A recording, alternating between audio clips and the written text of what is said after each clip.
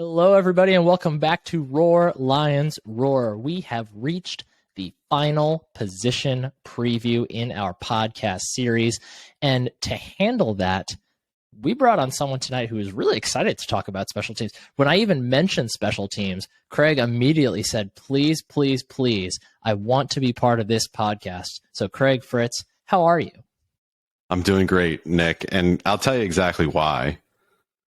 Because special teams at the college level is where we get to see the kids that are going to be stars at other positions when they're very young. So it's kind of like the minor leagues.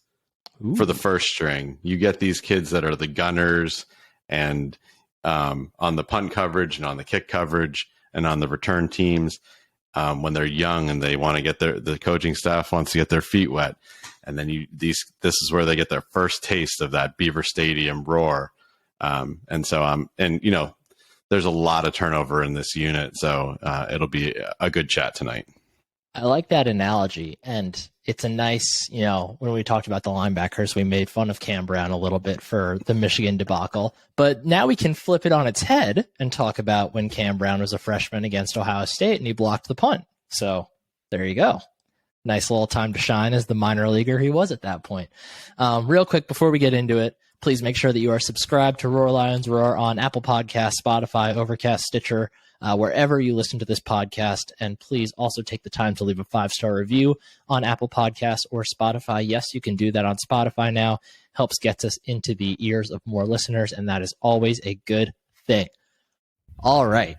So when it comes to special teams, the first thing that comes into my mind, elephant in the room, Jordan Stout's gone. Jordan Stout was an absolute monster for Penn State. Still cannot fathom why or how Virginia Tech could not find a scholarship for him. Just travesty. Such an unbelievable special teamer for Penn State. Specialized, obviously, on kickoffs and punts, but also was really valuable when it came to long field goals. He wasn't perfect in that situation, but who's going to be perfect when you're consistently kicking 50-yard plus field goals, especially in college? And he is now off to the NFL, where I'm sure he will continue to be a superstar, joining the likes of Blake Gillikin as the Penn State punt crew in the NFL continues to grow. But the downside of that is that Penn State special teams unit is now in a bit of a flux. So do you feel confident in their ability to replace the impact of Jordan Stout? I absolutely do not, because this stat just was posted on Twitter by appropriately named account Sickos Committee, and it was about punt return defense in the 2021 season. Penn State ranked 1, 2, 3, 4, 5, 6, 7, 8, ninth in the country, allowing 14 total punt returns on the season for a total of 39 yards for a 2.79 yard per punt return average. That's ridiculous. I mean, that is having an ace up your sleeve, in your back pocket, under your hat brim, wherever you want to put it, to bail you out of trouble when your offense blocks, when the guard blocks the center, and Aiden Hutchinson tears your quarterback's head off, and you need Jordan Stout to punt for 65 yards to flip the field and keep you in the game. So, yeah, it's a huge loss. And there is, in my opinion, you're going to have a lot of guys. We're talking about the kicking side now, obviously.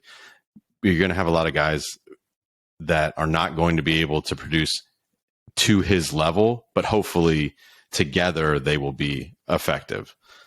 So on that same list, Matt Araiza was San Diego State, right?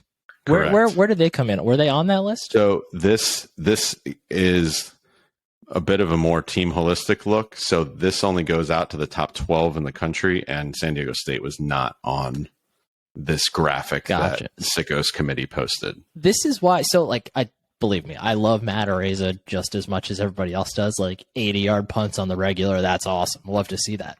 But this is why, honestly, Jordan Stout is a better punter, because kicking a ball 80 yards and ending in a touchback is fine, but it's better to kick the ball 52 yards and land on the 5 and force the guy to fair catch it.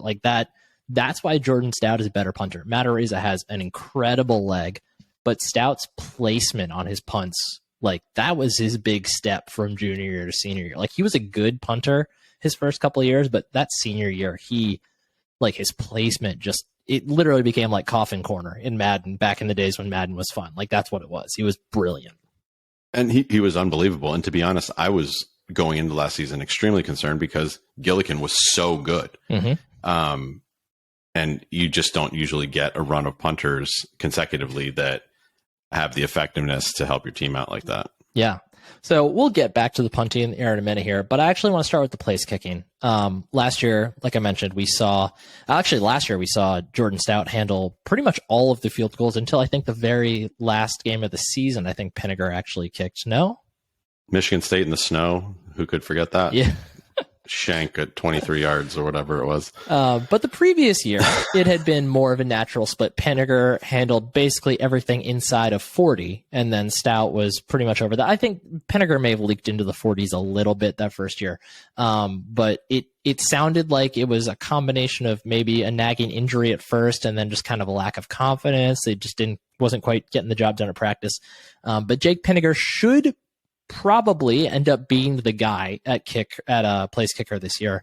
Of course, the big challenger there is freshman Sanders Haydek, who kind of made his name a couple of years ago or 2 years ago when he was a recruit, regularly posting highlights of kicking like 75-yard field goals and stuff like that. Granted, no defense, right? So you can keep the trajectory nice and low early on. That helps. But obviously, if you can kick a 75-yard field goal with any condition, you have a massive leg. Plus, he's a lefty, which is awesome. Shout out to the Lehigh Valley.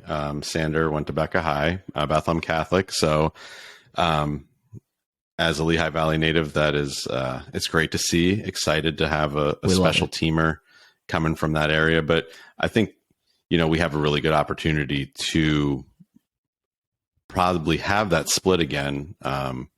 With either it's going to be kickoffs for Sander and field goals for Jake, or anything that's beyond 45, 49, Sander will have that shot to use his booming leg, and Jake closer in. Yeah.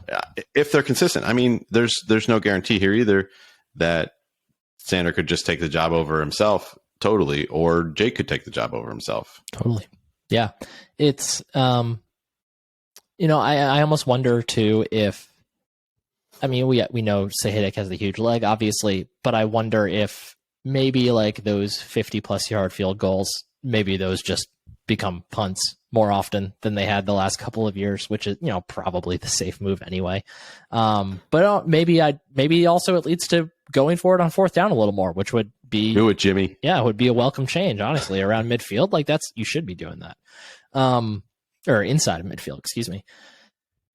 I think the natural thing, I think when I know when I've explained to fans of other teams, like when we've talked to like other Big Ten teams, especially when we do previews and help out other sites with previews and stuff like that, they always kind of give us like a cross-eyed look when they, like, especially with the Stout and Pinegar, they're like, yeah, well, Pinegar will handle the ones inside 40 and Stout the longer runs. And they're like, what do you mean?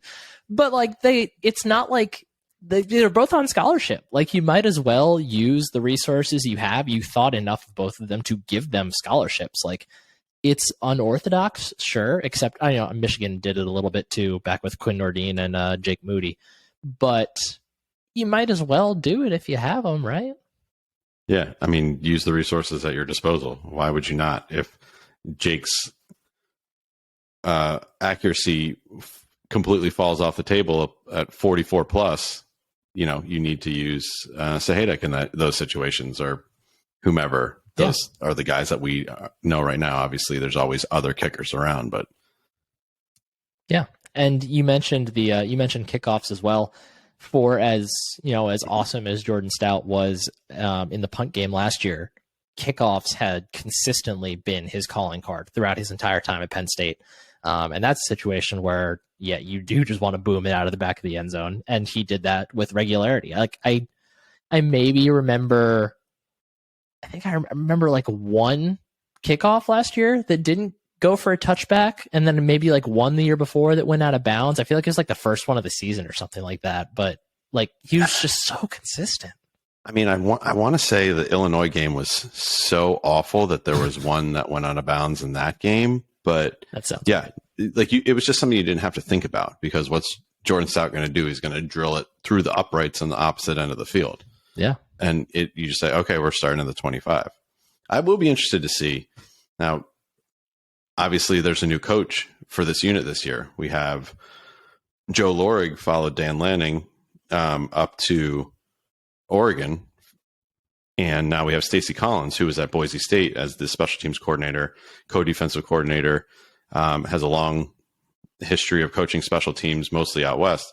But I am interested to see, I've seen some teams do the kick that lands at the 1 or the 2 with real high hang time, trying to pin teams deeper on the kickoff and not just seeding the 25 with the touchback. It kind of plays into James Franklin being a little bit more risk averse than a lot of us would like. But I'm interested to see if Stacy Collins has that, or either of these kickers have that kick in their bags.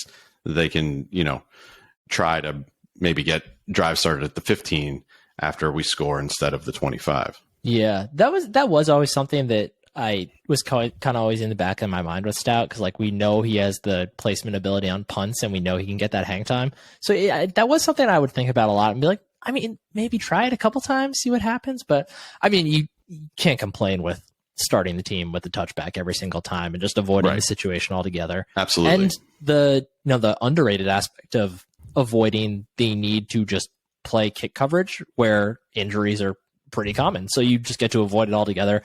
Probably the best in the long run. But yeah, I mean, Sahaydak seems like he's probably pretty well suited to do that. Like we just said, like we know he has the massive leg.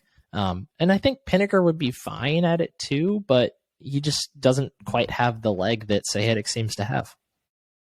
Yeah, and I think as we talk about, longer kicks have always been Pinegar's bugaboo. And so Sahaydak clearly seems like he'll be able to get in the Stout stratosphere with the amount of touchbacks that he's able to produce. So I expect him to be on kickoffs for sure. Yeah. So neither Craig nor myself are wearing Roar Lions Roar shirts or home field shirts right now, but that's okay because we still both support home field with all our hearts and souls. Like we've said on every podcast for a while now, our new sponsor here for the podcast is Home Field Apparel, and we're really excited to be able to offer a discount code with them. If it's your first time using the site, you can use Roar Lions Roar, all caps, all one word, for 15% off of your first order. And honestly, like, the shirts they're top notch. You've heard us say it 100 times at this point, but we'll say it 100 times again. Like, these are not the types of shirts that you can get other places. These are designs that are far beyond what we would have come up with at Roar Lions Roar. Like, this is we think we're very creative and very clever, but we can't come up with the stuff that they do because the amount of time and caring that they put into finding these designs that are special for everyone is significant. Like, that's the best way to describe it, is they want to show you, the customer, that they care about making you a shirt that will matter to you. And it's going back in yearbooks, going back through old marketing material, finding the logos or the icons or the mascot cartoons in Penn State's case that you haven't seen before, or you have seen before and it's been a long time, and it brings back good memories for you. And I feel like we focused a lot on the kind of the Penn State side of this, and for a good reason. It's a great Penn State line, and Penn State obviously had a phenomenal Big New Saturday, broke the record for home field apparel. But it's also worth mentioning that you should spend some time on their site, floating around, looking at the other schools too, because I think my favorite thing to do when I go on Home Field's website is just to do a random boop and find a random school and see what kind of cool stuff there. Like, Tulane stuff is awesome. There's a really cool Winthrop shirt that I found.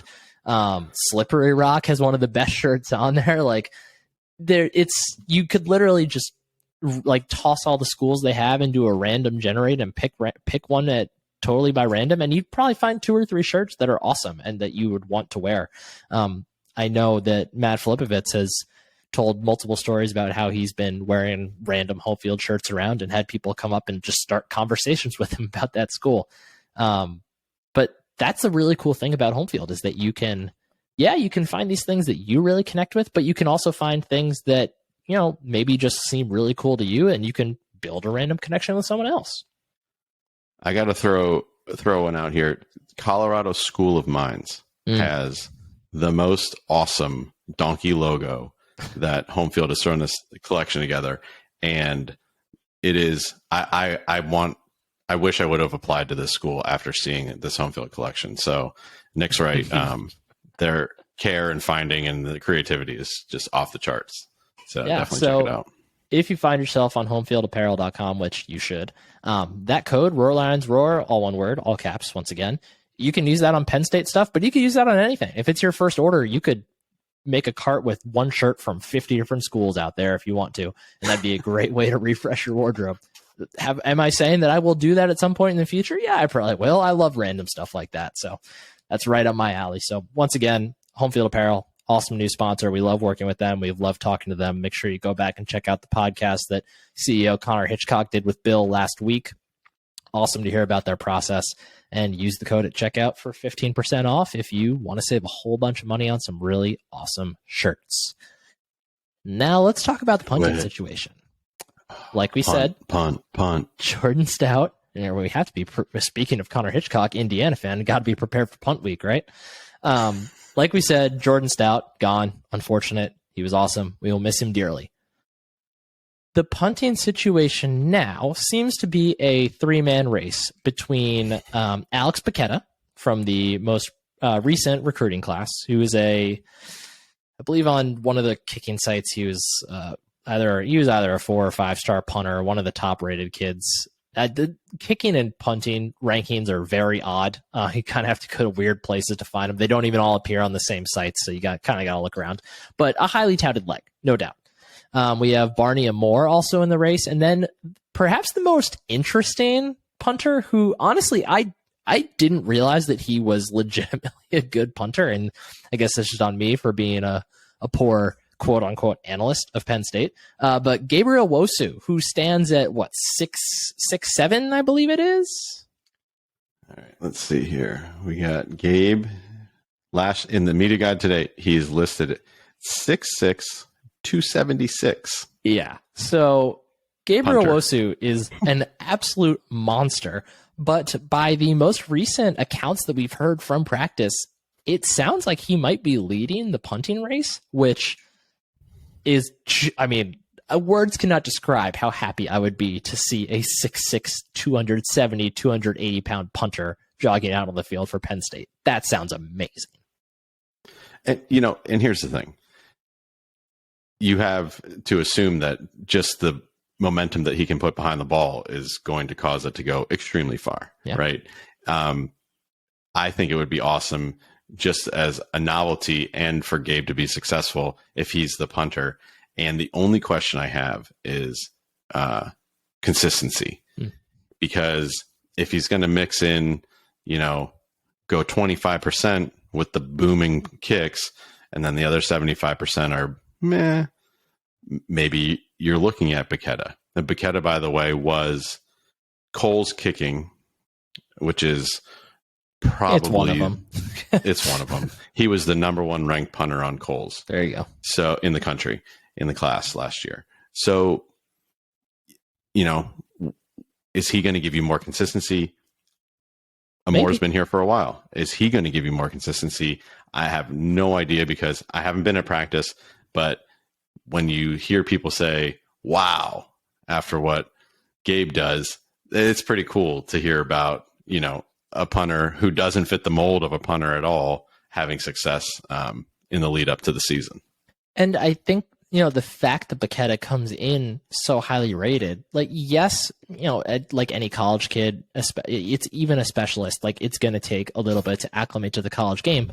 Absolutely. But he clearly has a leg, right? This is clearly not an issue of talent. So if Nwosu is the starting punter, that means that he beat out a legitimate talent, multiple legitimate talents.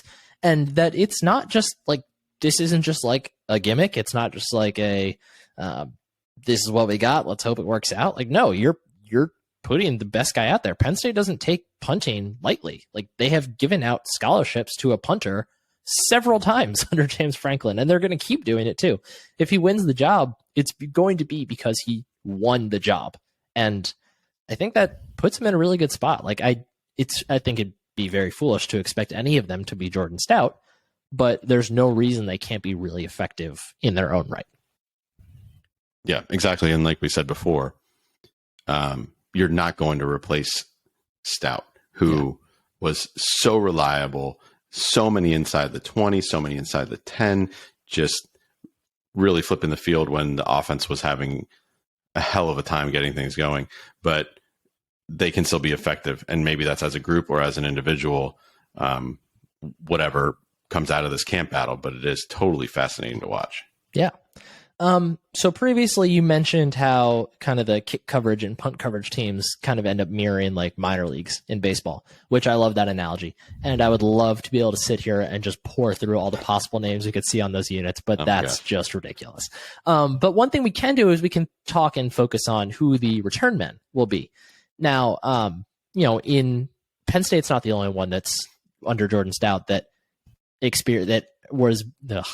the benefit of having a lot of touchbacks. Like touchbacks have just become a more common part of the game. Like kids are coming into the sport, coming into college with bigger and bigger and bigger legs all the time.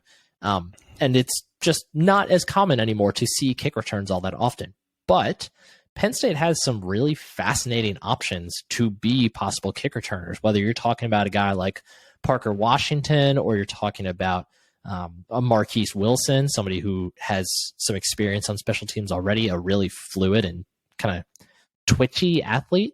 You have freshmen like Nick Singleton and Caden Saunders, two guys with elite top-end speed.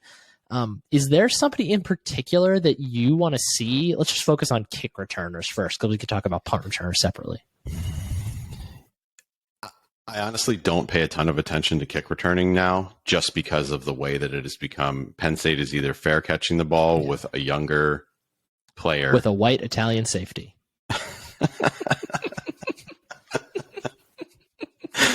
We laugh, but they used to literally have an up man and a deep man, and the up man was the white Italian safety, and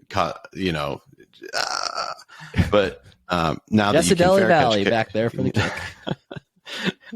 Now that you can fair catch kickoffs, we haven't really had many returns since KJ, basically saved the day against App State in 2018, and everyone's like, no, okay, go. Maybe the best example of no, yes, ever. And this is, again, brings us back to James Franklin's risk-averse nature with special teams. So I don't know. Could Nick Singleton be back there? Absolutely. Are they going to let him return a kick? Who knows? Yeah. Because, again, as you said, it is a highly injurious unit.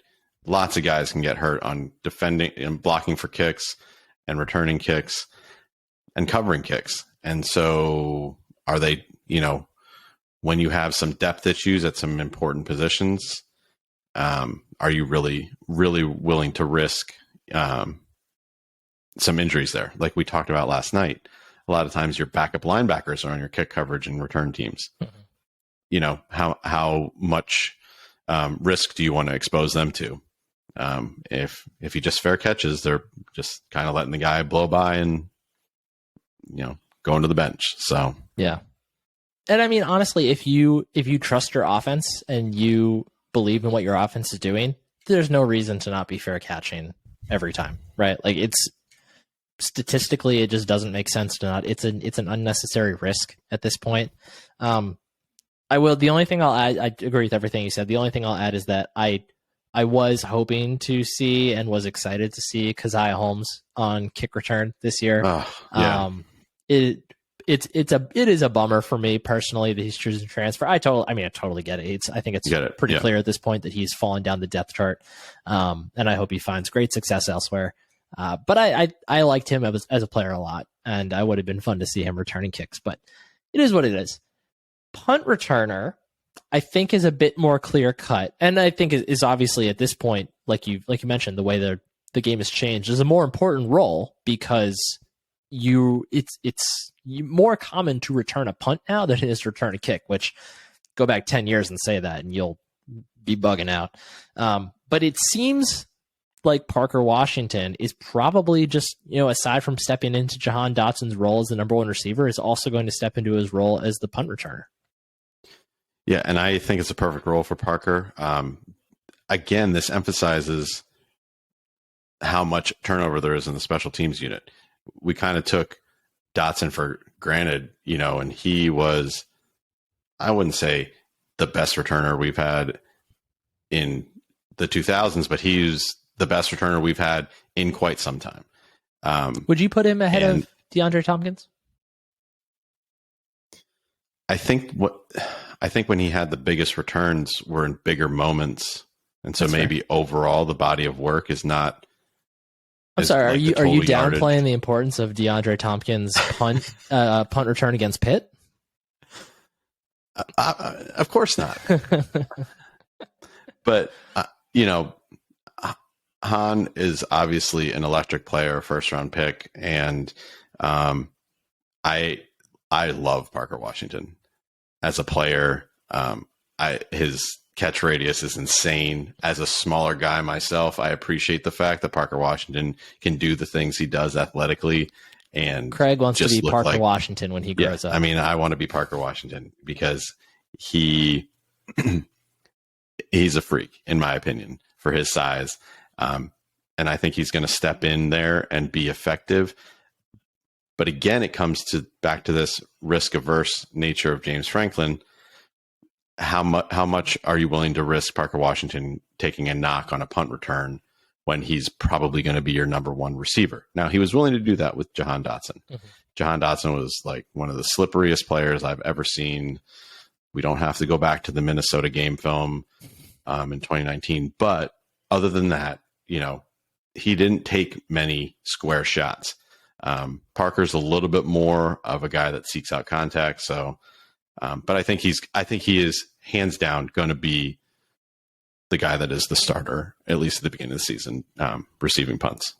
I'm glad you mentioned that Parker is more of a guy to seek out contact, because that is honestly my only reservation with him being a punt returner. If I'm thinking about my ideal punt returner, it's nice to have a guy who can fight through contact and keep moving, but I am more interested in their ability to go untouched as often as possible on the punt return. And that's where I think the idea of Marquis Wilson is pretty interesting, because he's definitely the mold of a guy like takes 10 minutes to touch him in a phone booth type deal. Like he's a lot twitchy. Yeah, he's a lot more twitchy, a lot more slippery.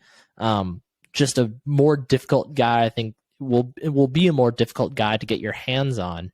And while I think both can be really effective, I think it is worth asking whether you really want Parker Washington out there too often returning punts, seeking out contact to punish guys that try to tackle him, instead of a Marquis Wilson, and Marquis Wilson is showing out well at cornerback too, and it seems like he'll be part of the rotation.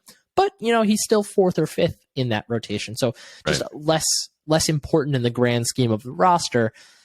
I think it is worth at least maybe like a 50-50 split between the two of them. Like maybe if it's a punt that's going to land around midfield, then you go Parker because you just want to get at least a couple yards just to shorten it. But maybe if it's a deeper punt where you're going to have room to move, then you go Marquis so you can let him kind of operate and jiggle around a little bit more. Just that's the only thing for punt return for me. And I think it's a really good point, because Franklin has talked for several years about ways to get Marquis Wilson involved, mm-hmm. other than being a defensive back. They've tried him on offense, some gadget plays, a little bit of time at receiver, but this is an open door to say, okay, you're a depth guy at corner, talented, but that room is stacked. Yeah. So give him a shot to return punts and see what he can do. Yeah, why not? Last thing I want to talk about before we get out of here, Craig, is we mentioned already about the coaching change.